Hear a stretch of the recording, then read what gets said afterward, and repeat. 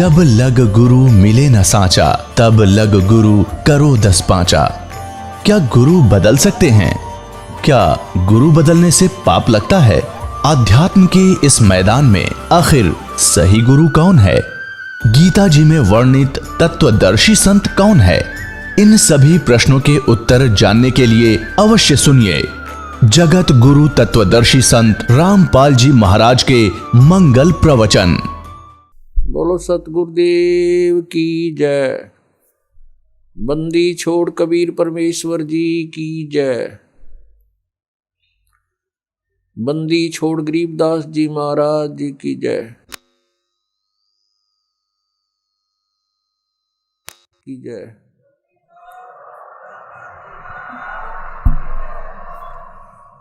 सत साहिब गरीब नमो नमो सतपुरुष को नमस्कार। गुरु की नहीं सुर नर मुनि जन साधुओं संतों सर्वस दी नहीं।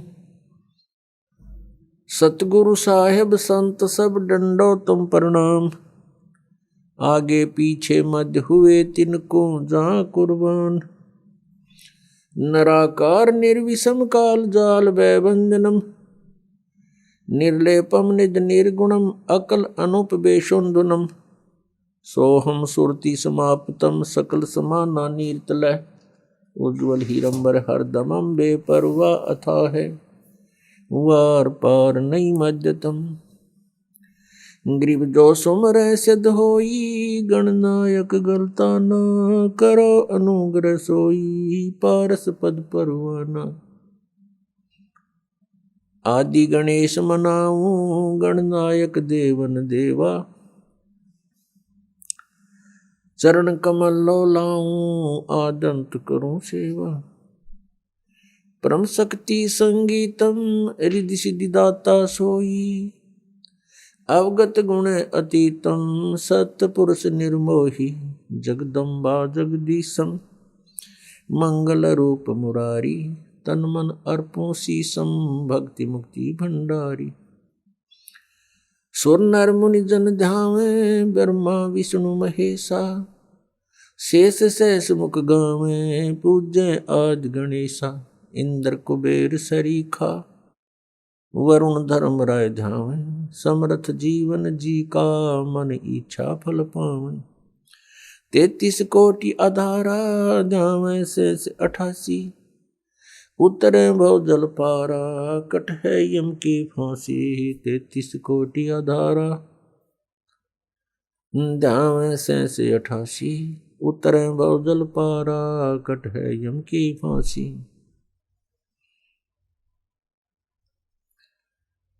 कर जोरूं विनती करूं धरूं चरण पर शीश। गुरु जी राम देवानंद जी महाराज ने दियो नाम बख्शीश। कोटि कोटि सिजदा करूं कोटि कोटि प्रणाम। चरण कमल में राखियो मैं बांधी जोलूं। कुत्ता हूँ गुरुदेव का रामपाल दास का नाम। गले प्रेम की जेवड़ी झांखें चोगा जाऊं। तो करो तो बावड़ू दूर दूर करो तो जाऊं। जो राखो तो ही रहूं जो देवो सुख। जय इब के सतगुरु मिले सब दुख आँखों रोए। चरणों ऊपर शीश धरूं कहूँ जो कहनी हो। कबीर गुरु जी मिलेंगे पूछेंगे कुशलात। आदि अंत की सब कहूँ अपने दिल की बात। गुरु जी तुम ना भूलियो, चाहे लाख लोग मिल जाएं, हमसे तुमको बहुत है, तुम जैसे हमको नहीं। तुमरे विसारे क्या बने, मैं किसकी शरण में जाऊं। शिव बिरंच मुनि नारदा, तिनके हृदय न समाऊं। अवगुण किए तो बहुत किए, अवगुण किए तो बहुत किए, करत न बनिहार। बावे बंदा बख्श दियो, बावे गर्दन उतार। अवगुण मेरे बाप जी, बख्शो गरीब नवाज। जो मैं पूत कुपूत हूँ, बहुर पिता को लाज। मैं अपराधी जन्म का, नक सिक भरे विकार। तुम दाता दुख भंजना, मेरी करो संवार। सूरत करो मम साइया, हम हैं भव जल माही। आप ही बह जावांगे, जो तुम न पकड़ोगे बाण। हे बंदी छोड़ दयाल जी, तुम तक हमारी दौड़। जैसे काग जहाज का, अब सूझती और न ठोरी। परम पिता परमात्मा पूर्ण ब्रह्म कबीर परमेश्वर जी की असीम कृपा से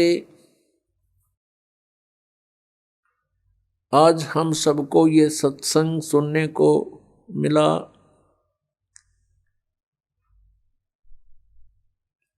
बहुत ही पुण्यकर्मी प्राणी को मनुष्य शरीर प्राप्त होता है। उससे भी पुण्यकर्मी प्राणी वो है जो सत्संग प्राप्त कर लेता है। पुण्यात्माओं, आप सभी उन विशेष पुण्यात्माओं में से हो, परमात्मा की आप विशेष प्रियात्मा हो, जो सत्संग सुन रहे हैं। सत्संग में आने से हमें ज्ञान होता है कि हमारा जन्म हुआ किस लिए, हमारा जन्म हुआ तो मृत्यु क्यों हो रही है। हम सारा जीवन जिन भी वस्तुओं को कलेक्ट करने में लगा देते हैं, कोई मकान बनाया है, कहीं कोई कार खरीदी है, कितने कोई मोटरसाइकिल ली है और अन्य बहुत सा सामान हम इकट्ठा करते हैं और फिर हम तुरंत मर जाते हैं, मृत्यु हो जाती है। हम सारा जीवन यही सोचते रहते हैं कि ये घर मेरा है, ये परिवार मेरा है, ये पुत्र मेरा है या बेटी मेरी है, ये कार मेरी है या कोठी मेरी है। मृत्यु के तुरंत बाद इस शरीर का अंतिम संस्कार कर दिया जाता है और जीव का पता नहीं वो कहाँ चला जाता है। तो ये हमारा कहाँ था, ये हमारा कैसे हुआ, ये प्रत्येक प्राणी को ये ज्ञान है कि मृत्यु बहुत बुरी चीज है और सभी मृत्यु से डरते हैं और मृत्यु कंपलसरी। तो ये ऐसा क्यों हो रहा हमारे साथ कि हम मृत्यु से डरते हैं। अपने शरीर की रक्षा के लिए हम अपने प्रॉपर्टी को भी बेच करके ट्रीटमेंट पर लगाना उचित समझते हैं ताकि हमारा जीवन बना रहे। और सब कुछ करने के उपरांत भी एक दिन मृत्यु होनी ही होनी है। और ये मृत्यु हमें बिल्कुल खटकती है, कतई नहीं अच्छी लगती। इसका कारण क्या है? कभी माइंड पर थोड़ा बहुत हम विचार करने की सोचते, वजन डालते हैं तो कोई विकल्प नजर नहीं आता था, क्योंकि हम देखा करते थे कि जिनको हम भगवान मानते हैं वो भी मरे, श्री राम श्री कृष्ण, और उनकी मृत्यु देखी जाए तो बहुत आम व्यक्ति से भी गलत ढंग से हुई। भगवान श्री रामचंद्र जी ने सरयू नदी में जल समाधि ली जीवित। भगवान श्री कृष्ण जी के पैर में विषाक्त तीर मार के उनका वध हुआ। तो अब हम सोचने पर विवश हो चुके कि ये ऐसा क्यों हो रहा है। पहले तो हम इतना वजन नहीं देते थे क्योंकि हम सोच लेते थे मृत्यु होगी, लेकिन अभी नहीं। कोई 20 वर्ष का है, कोई 30 वर्ष का है, वह सोचता भी थोड़ा मरना। मेरी तो 60, 70, 80, 90 वर्ष की उम्र बताते हैं। और जो 80, 90 तक पहुंच चुके हैं उनसे पूछकर देख लो, वो भी नहीं चाहते मृत्यु हो। कहते हैं अभी तो और 10-20 वर्ष है, 100 वर्ष तो जीते ही हैं। और कभी भी मृत्यु हो जाती है तो हमारा जो एस्टीमेट था वो गलत हो गया। तो हमारा एस्टीमेट एक जीव का एस्टीमेट है, अप्रोक्सीमेशन है। तो इसके लिए हमने परमेश्वर के द्वारा दिए गए उस ज्ञान पर चलना पड़ेगा, तभी हम सफल होंगे। अब हम मृत्यु को बिल्कुल पसंद नहीं करते, मृत्यु हो रही है। इसका कारण क्या है? क्योंकि हम ऐसे स्थान से आए हुए हैं जहां मृत्यु नहीं होती थी और वृद्ध अवस्था भी वहां नहीं थी।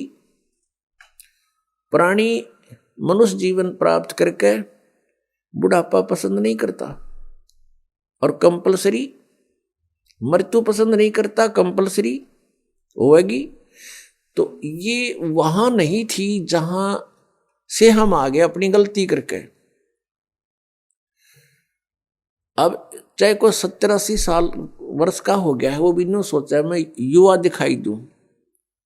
और किसी अच्छा कोई सेठ है या कोई राजनेता है, पैसे का ब्योंत है, विदेशों में जा करके, फॉरेन में जाके और पूरी अपनी स्किन वो कराते हैं चेहरे की, दोबारा उसकी बढ़िया मेकअप बनवा का, सर्जरी करवा के और युवा दिखाई दूं। कितने दिन हो गया सर्जरी कामयाब, और फिर कभी गोली से मारा जा, एक्सीडेंट दुर्घटना मर जाता है, वह रहेगी मेकअप बड़ी बनाई। तो जो हमने इस मिट्टी से लाभ लेना था उसका हमने पता नहीं चला, इसको कैसे सदुपयोग करें। हम ऐसे लोक में रहते थे जहां वृद्धावस्था नहीं आती थी, सदा युवा रहते थे और मृत्यु नहीं होती थी। और जब तक हम उस स्थान पर नहीं डालेंगे तब तक ये रोग कटे नहीं या समस्या समाधान हो नहीं सकता। उसके लिए जानकारियां सत्संग में बताई जाती है। क्या बताया जाता है? तू कौन कहां से आने फंदा, देखो आगे बरानी क्यों जलता। तू कौन कहां से आने फंसा, यहां आगे बरानी क्यों जलता। चल थीर करूं अवगत नगरी, जा चौर सुहंगम अजब ढूरता। क्या बताते हैं कि तू कहां से आके फंस गया और यहां बिरानी आग में जल रहा है। और परमात्मा कह रहे हैं कि चल तुझे वहां ले चलता हूं जहां जीव कभी नहीं मरता। उस लोक में चलो जहां जाने के बाद फिर कभी मृत्यु नहीं होगी। वो सत्यलोक है। सतलोक से हम सभी आए हुए हैं, और यहां हम कैसे आ गए, हमसे कौन सी भूल बनी थी, ये भी परमात्मा ने ही आकर हमें याद दिलाई है। क्योंकि हम जो गलती वहां कर चुके थे, हम उसको गलती नहीं मान रहे थे। जो हम सतलोक में गलती किया करते थे, हमने उस गलती को गलती नहीं माना था। इसलिए हमें आज तक भी ये महसूस नहीं हुआ था कि हमने कौन सी गलती कर दी जो यहां दुर्गति हो रही है। तो ये जानकारी आपको सत्संग में बताई जाती है, दी जाती है। और ये ज्ञान जो आपको सुनाया जा रहा है, ये परमेश्वर ने स्वयं आकर ही बताया है। पुण्यात्मा, ये अमर कथा जो आपको सुनाई जा रही है, ये सत्यनारायण कथा है। और हमने जो कथाएं सुन रखी हैं वो सत्यनारायण कथा नहीं थी। सत्यनारायण का अर्थ होता है सत्यनारायण। सत्य माने अविनाशी, जिसका नाश कभी ना हो, सच्चा भगवान, सच्चा साहेब। हम सत साहेब बोलते हैं उसको। और पहले उसको सत्यनारायण कहा करते थे। सत्यनारायण। नारायण का क्या अर्थ होता है कि जल के ऊपर विराजमान होने वाला परमात्मा। वो परमात्मा नारायण जो है, ये कबीर देव है, कबीर साहब है, जो जल के ऊपर आके विराजमान होता है कमल के फूल पर। ये सत्यनारायण है, ये अविनाशी परमात्मा है। हम इसको सत साहब बोलते हैं, सत साहेब। जैसे साहब कहते हैं, साहब, ये फलाना साहब, ये मंत्री साहब, प्रधानमंत्री साहब। तो हम उसको बोलने में थोड़ा साहिब बोल देते हैं, बोलने में सुथरा सा लगे साहिब।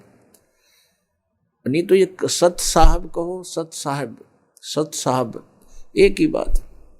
तो सत्य साहेब यानी सत्यनारायण भगवान। सत्यनारायण, सत्य माने सच्चा, अविनाशी। तो हम जिनको सत्यनारायण मानकर उनकी कथा सुनते और सुनाते थे, वो सत्यनारायण नहीं थे, वे अविनाशी नहीं थे। जैसे विष्णु जी, श्री विष्णु जी, श्री ब्रह्मा जी, श्री शिव जी, ये नासवान थे। तो हमने अभी तक न तो सत्यनारायण का ज्ञान था और न ही सतलोक का। गीता जी अध्याय नंबर 18 के श्लोक नंबर 62 में कहा कि अर्जुन, तू सर्वभाव से उस परमेश्वर की शरण में जा, उसकी कृपा से ही तू परम शांति को और सनातन परम धाम को प्राप्त होगा। उसी परमेश्वर की कृपा से सनातन परम धाम और परम शांति। जब तक जन्म मृत्यु है, जीव को शांति नहीं हो सकती। क्योंकि इस पृथ्वी पर आप किसी भी जीव को देख लो, किसी को भी चैन नहीं है। हम राजा लोगों को ये समझते थे ये बड़े सुखी हैं, इन जैसा दुखी धरती पर इंसान नहीं। ये सत्कर मान लें। अब इनके बस की बात नहीं, ये राज ना करें, क्योंकि इनके भाग में लिख रखा है, इसकी इनकी किस्मत है, पिछले पुण्य है। उन पुण्यों के प्रतिफल में उनको ये समस्या मिली हुई है। देखो, एक छोटे से परिवार का एक मुखिया होता है, जिसमें 5-7 सदस्य होते हैं। उनकी व्यवस्था में वो कितना दुखी रहता है। किसी कोई बीमार हो गया, किसी के कपड़े लेने हैं, किसी की फीस भरनी है, फिर विवाह के योग्य हो गए, विवाह ना हुआ तो चिंता होगी, तो फिर आगे मनमाने और समस्या, पुत्र ना हुए उनका तो समस्या। तो कहने का भाव ये है, वो एक ही छोटे से परिवार के पोषण में रात को भी, सपने में भी दुखी रहता है। और राजा तो एक बहुत बड़े क्षेत्र का मुखिया बन जाता है, पिता बन जाता है। राजा प्रजा का पिता होता है। और उसको कितनी चिंता रहती है, कहीं फ्लड आ गया है तो राजा को धक्कदेसी होगी कि दुर्घटना होगी, तो उसी को समस्या होती है, कहीं कुछ बनाना है, कहीं कोई अशांति फैल गई है, कोई एमएलए खिसकन की सोच रहा है तो नींद आवा नहीं। तो यहाँ कहते हैं परमात्मा कि यहाँ शांति नहीं किसी प्राणी को। राजा लोग, निर्धन तो सोचता है धनवान सुखी, धनवान सोचते हैं कि राजा सुखी, राजा सोचता है कि भाई स्वर्ग में बताओ सुख तो वहां होगा। ये सत्कर मान लेना आप। इन राजा लोगों को सुख नाम की चीज नहीं है, सपने में भी नहीं सुख इनको। और फिर ये सोचते हैं स्वर्ग में सुख है। जिन बकवादों को हम सुख मानते हैं वो सुख नहीं है। परमात्मा कहते हैं झूठे सुख को सुख कहे ये मान रहा मनमोद, ये सकल जबीना काल का कुछ मुख में कुछ कोद। बेटा जाया खुशी हुई बहुत बजाए थाल, ये तो आना जाना लगा हुआ है जो कीड़ी का नाड़।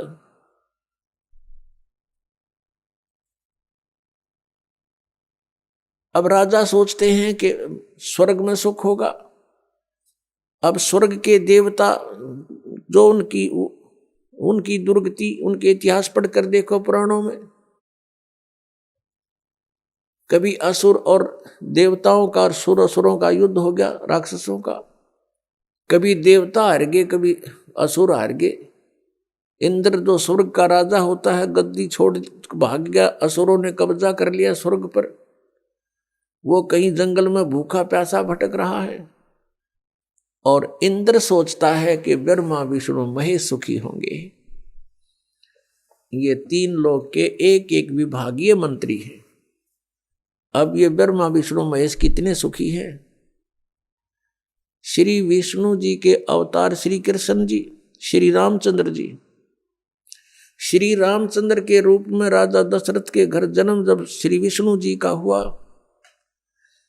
युवा हुए, युवा होते विवाह हुआ, विवाह होते ही वनवास हुआ, वनवास से सीता का हरण हुआ, यानी उसकी पत्नी का रावण उठा ले गया। और फिर रावण के साथ युद्ध हुआ, पुण्यात्माओं करोड़ों व्यक्ति मारे गए वहां पर। तब सीता की वापसी हुई। वापसी आने पर बड़ी खुशी बनाई, नगरी में दीप जलाए गए घी के। सीता के वापस, श्री राम के वापस आने पर, सीता लौटा लाने पर।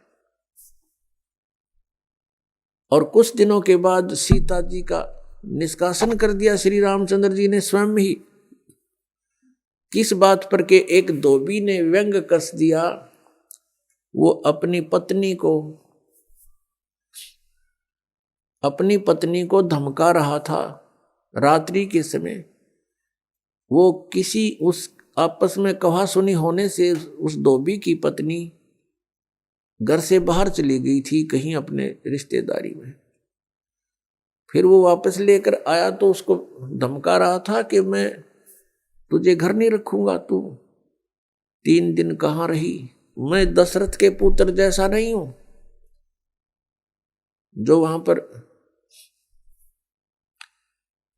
12 वर्ष तक रावण के पास रही, उसको फिर घर ले आया। उधर से श्री रामचंद्र जी राजा थे अयोध्या के। पहले राजा लोग अपनी प्रजा के दुख सुखों को स्वयं ही जाना करते थे। रात्रि के अंदर वेश बदल कर घूमा करते थे। ये बात जब देखा कि किस घर में की आवाज आ रही है, वहां खड़ा होकर सुना, तब उसने सुनने को मिला कि मैं उस राजा दशरथ के पुत्र रामचंद्र जैसा नहीं हूं जो रावण के पास उसकी पत्नी रही और उसको घर में रखे हुए है। तो सुबह निकल जाना यहां से। इस बात को सुनकर ही श्री रामचंद्र जी ने सीता जी को निष्कासित कर दिया, निकाल दिया घर से कि नगरी के लोग मेरे ऊपर व्यंग कस रहे हैं और मैं ये बात नहीं सुन सकता।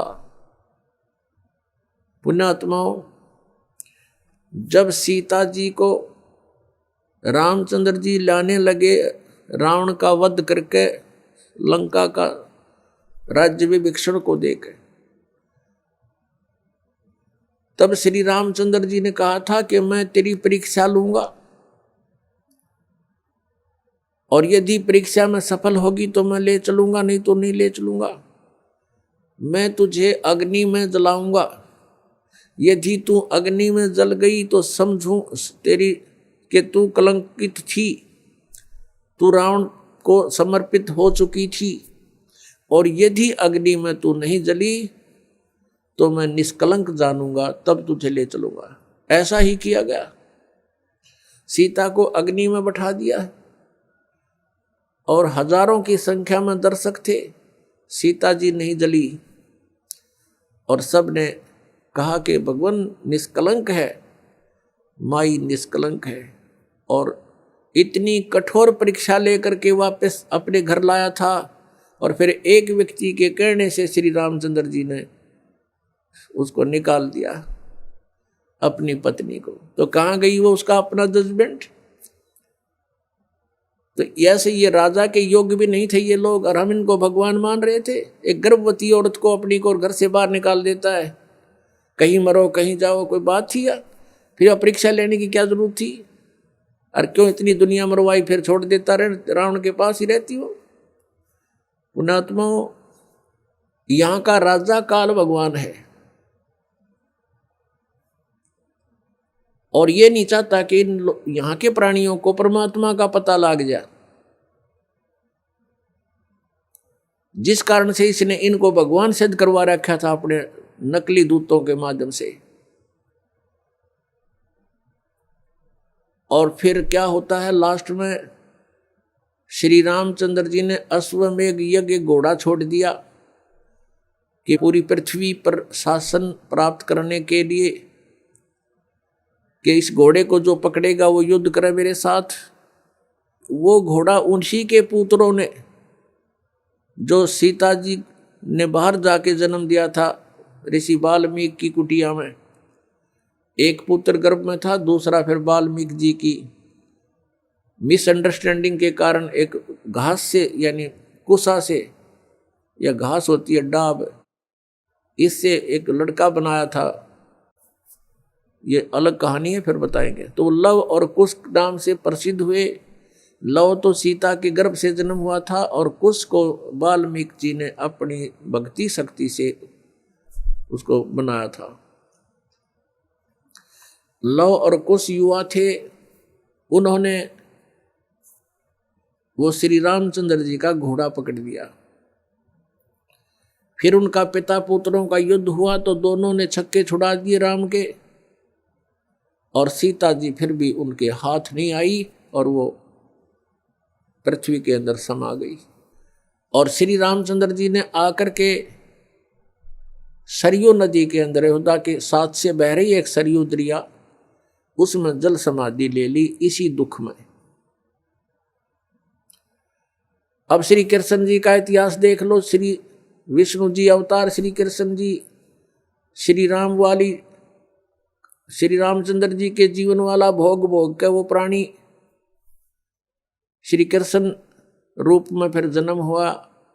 सारा जीवन दुखी रहा श्री कृष्ण, सारा जीवन जेल में जन्म हुआ, माता पिता कैद में, कभी मामा शत्रु हो गया, कभी पूतना मारने जा रही है, कभी केसी, कभी चाणोर शत्रु हो गया, कभी जरासिंह लड़ने को आ रहा है, कभी शिशुपाल से युद्ध हो रहा है, कवासुनी हो रही है, और कभी फिर कल्यवन आ रहा है। इस दुख में श्री कृष्ण जी ने मथुरा का त्याग कर दिया और ऐसे स्थान पर रहने लगे जहां कोई ना पहुंच सके। समझदार व्यक्ति यही सोचते हैं, राड से बाढ़ अच्छी होती है, झगड़े से बचाव अच्छा होता है। श्री कृष्ण जी उन सबको भी मार सकते थे, क्योंकि वो त्रिलोक के में एक विभागीय मंत्री है, एक विशेष शक्ति होती है प्राणी में, वो उनके अंदर शक्ति थी। लेकिन यही सोचा था कि किस किस ने मारूं, या तो सबकी बुद्धि भ्रष्ट। तो श्री कृष्ण जी ने द्वारका बनाई। समुद्र के बीच में एक टापू था जिसका केवल एक गेट था, द्वारिका, एक द्वार की नगरी। और ये सोच करके वहां यदि इतनी दूर पहले तो कोई आवेगा नहीं, ऐसे स्थान पर जा रहे हम, और वहां कोई आवेगा युद्ध करने तो हम एक ही तरफ से उसका सामना कर सकते हैं, इसलिए एक गेट था उसका, और बाकी 3 समुद्र था 3 तरफ। तो वहां श्री कृष्ण जी चले गए, अपना अधिकतर सारा ही जीवन वहां व्यतीत किया। यहाँ तो ज्यादा से ज्यादा 18 साल के 20 वर्ष के तक यहाँ रहे थे द्वारका में, और बाकी फिर लगभग 200 वर्ष तक जिए थे श्री कृष्ण जी, और बाकी का समय द्वारका में व्यतीत किया था उन्होंने। तो अब ये जो लोग अनजान संत ऋषि, ये गुरु नकली हमें भ्रमित करते हैं कि द्वारका का उस गोवर्धन का की परिक्रमा करनी चाहिए और वृंदावन अवश्य जाना चाहिए, मथुरा में अवश्य जाना चाहिए, वहाँ हमारे भगवान ने लीला की है, उनके चरण कमल टिके हैं, वहाँ घूमा करते थे, स्नान किया करते थे। अरे श्री कृष्ण जी यहाँ 20 वर्ष रहे थे मथुरा में, बाकी 180 साल तो वहाँ रहे हैं द्वारका में, और वहाँ का नामो निशान मिट गया उस द्वारका को। इसलिए वहाँ खत्म की द्वारका, समुद्र में डूब गई श्री कृष्ण जी की मृत्यु के बाद, और यादों का विनाश हो गया था, आपस में लड़के मर गए थे, और जो बाकी शेष औरतें बची थी उनको अर्जुन ले आया था, सब खाली हो गई थी द्वारका। उसके बाद वो समुद्र ने डबो दी थी, अंदर चली गई। कारण यही था कि भगवान ने सोचा कि यहाँ आएंगे फिर ये धक्के खान द्वारका में इतनी दूर, इसलिए उसका नामो निशान मिटवा दिया था। अगर आज द्वारका होती तो ये नकली कहते द्वारका में भगवान रहे थे, वहाँ जाया करो, वहाँ बहुत पुण्य होता है। उस द्वारका में तो सत्यानाश होया था, सारे यादों कटका मर गए थे वहाँ पर। आज भी जाते हैं वहाँ बहुत से श्रद्धालु। तो कहने का भाव यह है कि जब तक आत्मज्ञान बिना नर भटके, इस तत्व ज्ञान बिना नर भटके, कदे मथुरा कदे काशी। फिर श्री कृष्ण जी का फिर कैसे अंत हुआ? श्री कृष्ण जी के सामने पूरा यादव कुल आपस में लड़का मर गया, पोते पड़पोते रिश्तेदार सब आपस में कटका मर गए। और वो सारा सांग देख कर, वो सारा अनर्थ देख कर जब श्री कृष्ण जी की मृत्यु हुई, एक परिवार के सामने एक आधे की मृत्यु हो जाती है, उसका कलेजा फट जाता है, रो रो के पागल हो जाता है इंसान। तो पुण्यात्माओं, आज तक हमें सत्यनारायण कथा नहीं मिली थी, और ये सत्य कथा है। सत्यनारायण का अर्थ है सच्चा भगवान, और सच्चे भगवान की सच्ची कहानी, सच्ची कथाएं। तो प्रसंग चल रहा है कि परमात्मा ने बताया कि तुम जब तक जन्म और मृत्यु के अंदर हो, सुख नहीं हो सकता, शांति नहीं हो सकती। अब इंद्र सोचता है ब्रह्मा विष्णु महेश सुखी होंगे।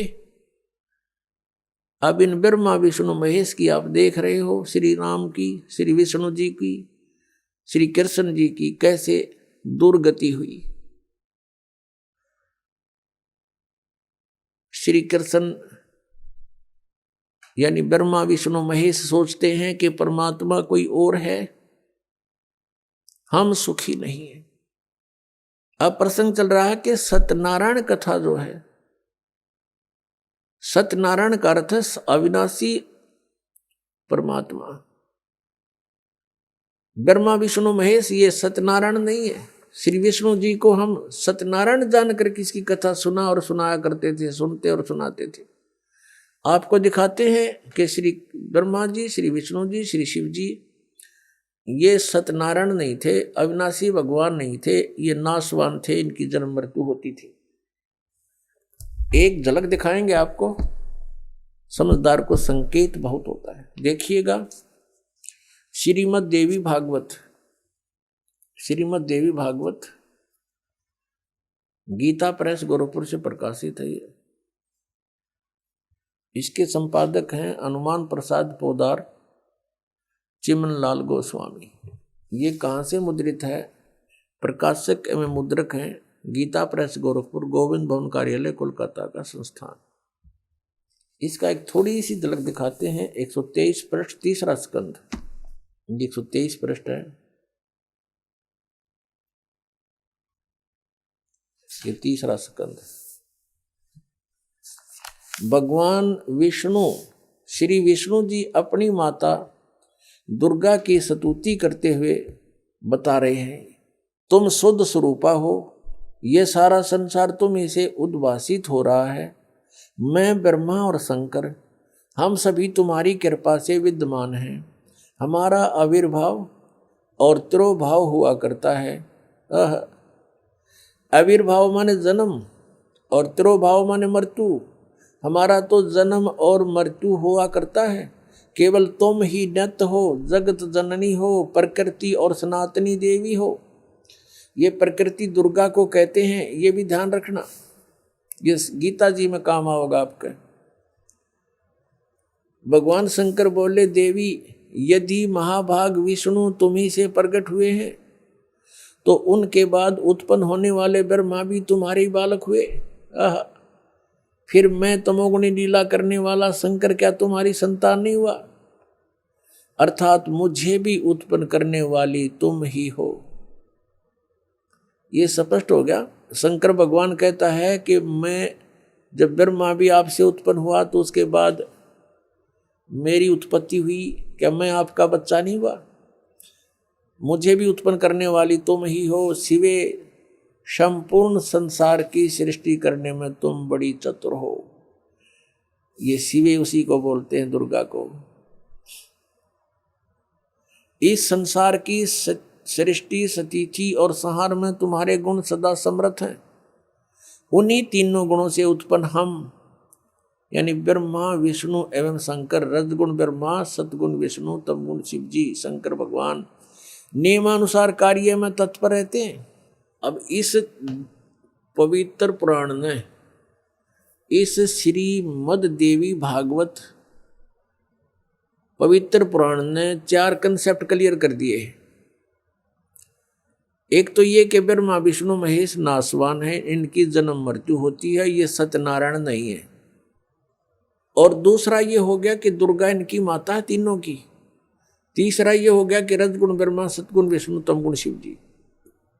और चौथा कंसेप्ट ये क्लियर हो गया कि ये केवल नियमित कार्य ही कर सकते हैं, यानी जिसके भाग्य में जो कुछ लिखा है उतना ही दे सकते हैं। दुख है तो दुख ही देंगे, ये उसमें परिवर्तन नहीं कर पाओगे।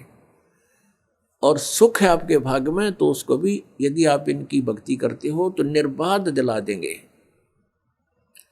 लेकिन ये कर्म, आपके कर्म में दुख है तो उसको परिवर्तन नहीं कर सकते। ये किसी भी प्रकार के पाप कर्म दंड का नाश नहीं कर सकते, ना संचित कर्म को नाश कर सकते और न ही ये प्रारब्ध के कर्म का नाश कर सकते। और संचित जो हम कर रहे हैं, जो क्रियावान है, ये भी उसको नहीं बदल सकते। जैसे महाभारत का युद्ध हुआ, श्री कृष्ण जी ने बहुत कोशिश की, यानी विष्णु जी ने, कि ये युद्ध ना हो। उनकी 100 प्रयत्न करने पर भी युद्ध होकर ही रहा। तो जो क्रियावान कर्म थे वह भी ना बचे, उनको भी नहीं चेंज कर सके। कितना अनर्थ हुआ, करोड़ों व्यक्ति मारे गए। वो सारा पाप पांडवों के सिर पर रखा गया। और प्रारब्ध के कर्म को ये अपना भी नहीं काट सकते। प्रारब्ध तो दूसरों का नहीं कैसे काटेंगे। जैसे श्री राम रूप में श्री रामचंद्र जी ने सुग्रीव के भाई बाली को मारा था, धोखा देकर वृक्ष की ओट लेकर तीर मारा था। उसका भी बदला देना पड़ा, वो भी कर्म दंड भोगना पड़ा। उसके प्रारब्ध में लिखा गया वो कर्म श्री कृष्ण रूप में। जो बाली वाली आत्मा थी वो तो एक शिकारी बना और श्री राम वाली आत्मा श्री कृष्ण बने। और श्री कृष्ण जी का वध विषाक्त तीर यानी जहर से बुझे हुए तीर मार कर उस एक शिकारी ने उनका वध किया। तो उनका अपना भी कर्म भोगना पड़ा उन भगवानों को, जिनकी हम गुण गाया करते थे, जिनको सर्वशक्तिमान बताया करते थे, तो वो भी सर्वशक्तिमान नहीं पाए, ये अविनाशी भी नहीं पाए, क्योंकि इनकी जन्म मृत्यु होती है। इनके पिता कौन है? इनके पिता काल रूपी ब्रह्म है। पुण्यात्माओं, सत्संग के अंदर परमात्मा की याद दिलाई जाती है, आत्मा और परमात्मा की सतिथि बताई जाती है, कौन से कर्म अच्छे हैं कौन से बुरे हैं ये याद दिलाई जाती है। और आपको जो मिशन से जुड़ता है, जो भगवान चाहता है, उसको स्ट्रिक्टली कहा जाता है कि ये पाप नहीं करोगे, ऐसा नहीं करोगे तो तुम सफल होगे, सच्चाई है ये। तो फिर वो आपके क्रियावान कर्म भी बदलवा दिए जाते हैं। जैसे कोई शराब पीता है, कोई चोरी करता है, कोई मिलावट करता है, कोई जारी करता है, कोई और बकवाद करता है, वो सब छुटवाई जाती है। वो क्रियावान कर्मों को भी चेंज कर दिया जाता है। प्रारब्ध के अंदर आपकी किस्मत में कोई जबरदस्त दुख है, उसको भी परमात्मा हल्का करके नाश कर देते हैं। परमेश्वर शरण में आने से आई टले बला, और जय मस्तिष्क में जय भाग्य में सूली हुआ कांटे में डर जा। यदि आपके भाग्य में कहीं मृत्यु दंड लिखा हो, कहते कांटा लाग के, मनमाने ठोकर लाग के, अंगूठा फूट के जीवन बच जा, इतना हल्का करके परमात्मा, वो कबीर परमेश्वर आपके प्रारब्ध में लिखे हुए पाप कर्म का विनाश कर देते हैं। और संचित जो कर्म आपके वहां रखे हैं डिपॉजिट, उसका भी नाश कर देते हैं। क्या बताते हैं परमेश्वर अपनी महिमा? आप ही बताओ आकर के। जब ही सतनाम हृदय धरो, भयो पाप को नाश, जैसे चिंगारी अग्नि की भाई पड़े पुराने घास। हमारे संचित कर्मों का ढेर लगा पड़ा है। हम आप जी को अब मिली है सत साधना, जो सच्ची साधना करनी चाहिए थी। इस सत साधना को ना करके हम जितने भी क्रियाएं करते थे, वो शास्त्र विधि को त्याग कर मनमाना आचरण था, वो भगवान के विधान के विपरीत था। श्रीमद् भगवत गीता अध्याय नंबर 16 के श्लोक नंबर 23 में लिखा कि अर्जुन, शास्त्र विधि को त्याग कर जो मनमाना आचरण करते हैं, अर्थात मनमानी पूजाएं करते हैं, शास्त्र जो शास्त्र अनुकूल नहीं है, तो उनकी न तो गति होती है और न ही उनको कोई सुख होता है और न ही उनको कोई सिद्धि प्राप्त होती है, अर्थात यूजलेस। और इन तीन कामों के लिए ही हम भगवान की भक्ति करते हैं। और वही उन साधनाओं से कोई लाभ नहीं होता जो शास्त्र विधि को त्याग कर मनमाना आचरण करते हैं। तो उन क्रियाओं से हमें पुण्य बना नहीं, भक्ति धन जुड़ा नहीं, और जो साधना हम करते थे शास्त्र विधि को त्याग कर, उससे पुण्य के स्थान पर पाप बनते रहे। हम जिस लोक में रह रहे हैं, ये काल का लोक है, यहां सुख नहीं, यहां तो सारा निर्दयी कार्य है इस भगवान का, क्योंकि जिसका नाम काल है, जो है ही कसाई, तो वहां सुख कैसे हो सकता प्राणी को? अब इसने ये खुद कहता, गीता जी अध्याय नंबर 11 के श्लोक नंबर 32 में श्रीमद् भगवत गीता में, कि अर्जुन मैं काल हूं और सबको नष्ट करने के लिए प्रवृत्त हुआ हूं। अर्जुन 11वें अध्याय के 21वें श्लोक में कह रहा है कि ये भगवान, आप तो देवताओं को भी खा रहे हो, आप तो ऋषियों के भी खा रहे हो, और इस ऋषियों का समुदाय आपके आगे हाथ जोड़ रहा है, मंगल हो, बख्श दो। आप तो इनको भी खा रहे हो। ये कहता मैं तो काल हूं भाई, मैं ना छोड़ दूं किसी ने,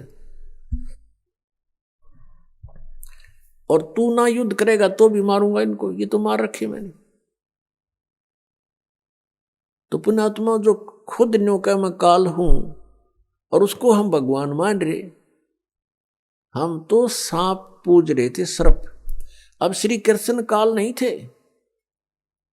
श्री कृष्ण जी ने इस गीता के ज्ञान से पहले अपने आप को कभी काल नहीं कहा और उसके बाद कभी अपने आप को काल नहीं कहा। ये तो काल जो है ये 21 ब्रह्मांड का स्वामी है और ब्रह्मा विष्णु महेश का ये पिता है।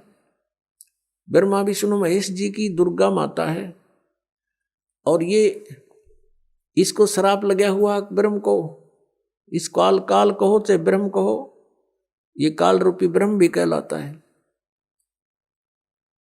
तो उस श्रापवश इसने 1 लाख मानव शरीरधारी प्राणी नित आहार करना पड़ता है और उसके लिए हमें यहां रोक रखा है इसने। अब जैसे कसाई बकरे पालता है, उन बकरों को सब सुविधाएं तो देता है वो, जैसे एक चारों तरफ से उनको बाड़ बना दी, कोई हिंसक पक्षी पशु और ना खा जाए उनको, और चरागाह बनवा दिया उनके लिए, घास फूस बोझड़े झाड़ उड़ा खूब उत्पन्न हो गए।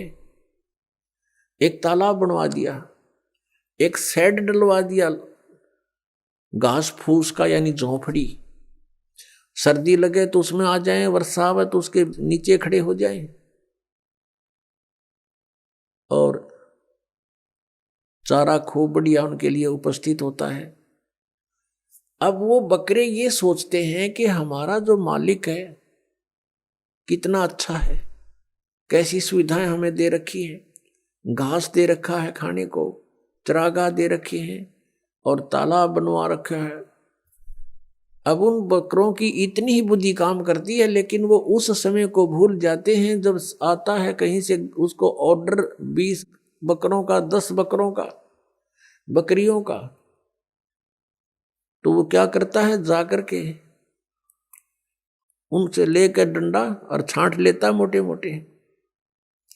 अब उसमें किसी का बेटा मरो, चाहे किसी की बेटी कटो, चाहे माँ कटो, चाहे बाप मरो, वो ना देखता है किसका बेटा किसकी माँ है, इसकी माँ का क्या हाल होगा, रोएगी, इसका बच्चे रोएंगे, तो वो तो उनको निकाल लाता है। वह नहीं सोचता, उसके मन में भी ना आती है बातें, उसने तो छांटने मोटे मोटे और जाके कड़च करवा देता, कटवा देता है। तो यही हालत आप जी की हमारी यहां पर हो रही है। आप देखते हो दुर्घटना में परिवार नाश हो जाता है। वैसे किसी आपदा में जैसे भूकंप आ गया, वहां पर अक्षेत्र नष्ट हो जाता है। किसी परिवार के 4 मर गए, 5 मत, किसी के 6 मत, 4 3 मर गए, कुछ बालक बचे, किसी का बाप बच गया। तो ये स्थिति हमारी यहां पर है, जैसे कसाई के बकरों की होती है। और हम ये सोचते हैं देखो कितना अच्छा भगवान है, कितनी अच्छी पृथ्वी दे रखी है, इस पर अच्छे नाना भिन्न भिन्न प्रकार के फल फ्रूट हैं, काजू किस्म सेब संतरे, कभी झरने बह रहे हैं, बढ़िया दरिया बह रही हैं, नीचे जल है, बहुत अच्छा वातावरण है, और हम संतान उत्पत्ति करते हैं और खाता वो है। लेकिन हम सोच नहीं पाए कि ये हो क्या रहा है, ये क्या हो रहा हमारे साथ, क्योंकि हमारी बुद्धि इतनी कमजोर बना दी इसने और ऐसा शरीर में हमें फिट कर दिया कि हम ज्यादा सोच नहीं सकते। इसमें कभी कुछ हो रहा है, कभी कोई बीमारी या टेंशन, 100 प्रकार की समस्या इसके अंदर। तो ये ज्ञान भगवान ने आके बताया कि तुम यहां इस काल के लोक में रह रहे हो और यहां तुम सुख खोज रहे हो। तो जो प्रसंग चल रहा है कि ये पाप कर्म का नाश नहीं कर सकते और ये खुद भी दंड भोगते हैं। ब्रह्मा विष्णु महेश के पिता हैं ये काल भगवान, और जो शास्त्र विधि को त्याग कर मनमाना आचरण करते हैं, तो हम ऐसे लोक में रह रहे हैं कि उस शास्त्र अनुकूल साधना करेंगे तो कुछ पुण्य तो हो जाएंगे, लेकिन पाप भी पैरेलल होंगे तो वो अलग से लिखे जाते हैं। जब तक हम परम पूज्य कबीर देव परमेश्वर की शरण में नहीं आते, और वो भी परम संत के माध्यम से, नकली संतों से भी परमात्मा से कनेक्ट नहीं हो सकोगे, चाहे वो कबीर पंथी भी कहलाते हैं, क्योंकि उनके पास वो मंत्र नहीं है जिससे परमात्मा हमें लाभ दे सकता है। अब जैसे कोई गणते जांडी काटे तो कोई प्रॉपर वे थोड़ा ही है, वो तो बकवाद है। जांडी काटनी है तो तिखा कुआड़ा चाहिए, कट्टा कट कर दे 1 घंटे में साफ, और उस गणका लगा रहे होते 10 दिन तक कंडे मोर वाले। तो साधन ठीक हो परमात्मा के पाने का, परमात्मा मिलेंगे। तो प्रसंग चल रहा है कि जिस लोक में हम रह रहे हैं ये ऐसे निर्दयी का लोक है। आप यहाँ अपने पेट के लिए जा रहे हो, जाना पड़ता है, रास्ते में कीड़ी मकोड़ी ना जाने कितने जीव जंतु आपके पैरों के नीचे कुचले जाते हैं, और ये पता भी होता है, और फिर भी नहीं बचा जा सकता हमसे। परमात्मा कहते हैं पृथ्वी ऊपर पग दो धारे, और करोड़ जीव एक दिन में मारे। अब कहने का भाव ये है कि जो हम साधना करते थे शास्त्र विधि को त्याग कर, उनसे पुण्य तो कोई बना नहीं था, क्योंकि वो शास्त्र विरुद्ध होगी, और पाप अपने आप बने थे। जैसे 1 एकड़ जमीन है, यानी कोई 2-4 एकड़ जमीन है, उस जमीन में, उस पृथ्वी पर यदि उस जमीन से हम कुछ लाभ लेना चाहते हैं, जैसे कणक उगाना चाहते हैं, गेहूं चना बाजरा ज्वार कोई भी फसल हम बनाना चाहते हैं, तो उसके लिए हमने एक विशेष प्रयत्न करना पड़ेगा। वो घास पहले वाला काटना पड़ेगा, उसमें कोई झाड़ बोझड़े उग गए हैं वो काट काट के बाहर करने पड़ेंगे, और फिर हल से ट्रैक्टर से, यानी परिश्रम करना पड़ेगा और पैसे लगाने पड़ेंगे। अपनी मेहनत से, मजदूरी से या पैसे से उसकी गुडाई करनी पड़ेगी। फिर बीज डालना, वो भी पैसा, यानी बीज जो डालेंगे चाहे मोल लाकर डालेंगे या अपने घर से डालेंगे तो वो भी पैसा ही लग रहा है। फिर सिंचाई का, उसके ऊपर फिर अपनी पर्सनल मेहनत, ये सब इतना व्यय करके, और समय भी सारा दिन उसी के चक्कर में लगे रहना, तब जा करके कहीं फसल बनती है, गेहूं प्राप्त होते हैं। और उसी जमीन, उसी पृथ्वी को आप बिल्कुल ना छेड़ो, कुछ ना करो, उसमें भी फिर भी अपने आप अड़ंगा उग गया होगा, अपने आप इतना कुबाड़ो उसके अंदर उत्पन्न हो जाएगा, वो दिखे भी नहीं पृथ्वी है यहाँ पर, तो वो यूजलेस है। तो पुण्यात्मा, वो घास तो आप पे बन गया, वो अड़ंगा कुबाड़ तो आप पे उग गया, और फसल बनाने के लिए कितना प्रयत्न करना पड़ा, और वह भी फसल हुआ तो वरना भी हुआ। यहाँ के जो साधनाएं थी वो ऐसे टाइप की थी जैसे कोई इंद्र की गद्दी प्राप्त करने के लिए, स्वर्ग का राजा बनने के लिए तप या यज्ञ करते हैं, तो उनकी यज्ञ या तपों को खंड करवा दिया करता था वर्तमान राजा इंद्र, क्योंकि यहां राजनीति चलती है, धर्म नीति नहीं चल सकती। धर्म नीति तो परमात्मा के चरणों में आने के बाद हम राज्य की इच्छा त्याग कर ही धर्म नीति को पर चल सकते हैं, उसको सफल कर सकते हैं। तो इंद्र अपनी राजनीति के आधार से कि कहीं कोई तेरी गद्दी प्राप्त करने की योग्य कोई ऐसा धार्मिक अनुष्ठान ना कर ले, तो उनको खत्म करवा देता था, किसी ना किसी कारण से खंड करवा देता। तो वो समझ ले जैसे किसान यहाँ पर खेती तैयार करता है, ओले आगे या वर्षा फ्लड आ गई, हो गया नाश बने बनाए का, या आग लग जा बनी बनाई फसल गेहूं का। तो यहाँ कहने का भाव ये है कि इतनी मेहनत के बाद भी आशा नहीं कि घर आ जाएगी, और घर आती है तो कितना प्रयत्न, और वैसे उसमें अड़ंगा वैसे उग गया उस जमीन में। तो ये हम जिस लोक में रह रहे हैं ये ऐसा स्थान है कि हमने अगर पुण्य करने पड़ेंगे शरीर से तो मेहनत करनी पड़ेगी, काम भी छोड़ना पड़ेगा, 10 रुपये भी लगाने पड़ेंगे, तब हम पुण्य प्राप्त कर सकते हैं। और साधना हमारी शास्त्र अनुकूल हो, शास्त्र विधि को त्याग कर मनमाना आचरण ना हो, तो तब हमें पुण्य मिलेंगे। और पाप बराबर में लिखे जाएंगे, पाप अलग लिखे जाते हैं, पुण्य अलग लिखे जाते हैं। जब तक हम कबीर परमेश्वर की शरण में नहीं आते हैं, परम संत के माध्यम से हैं, तब तक हम जो साधना करते हैं, चाहे वो शास्त्र अनुकूल भी क्यों ना हो, तो भी हमारी दोनों लिखे जाएंगे, पुण्य न्यारे पाप अलग, और दोनों ही हमें प्राप्त होंगे।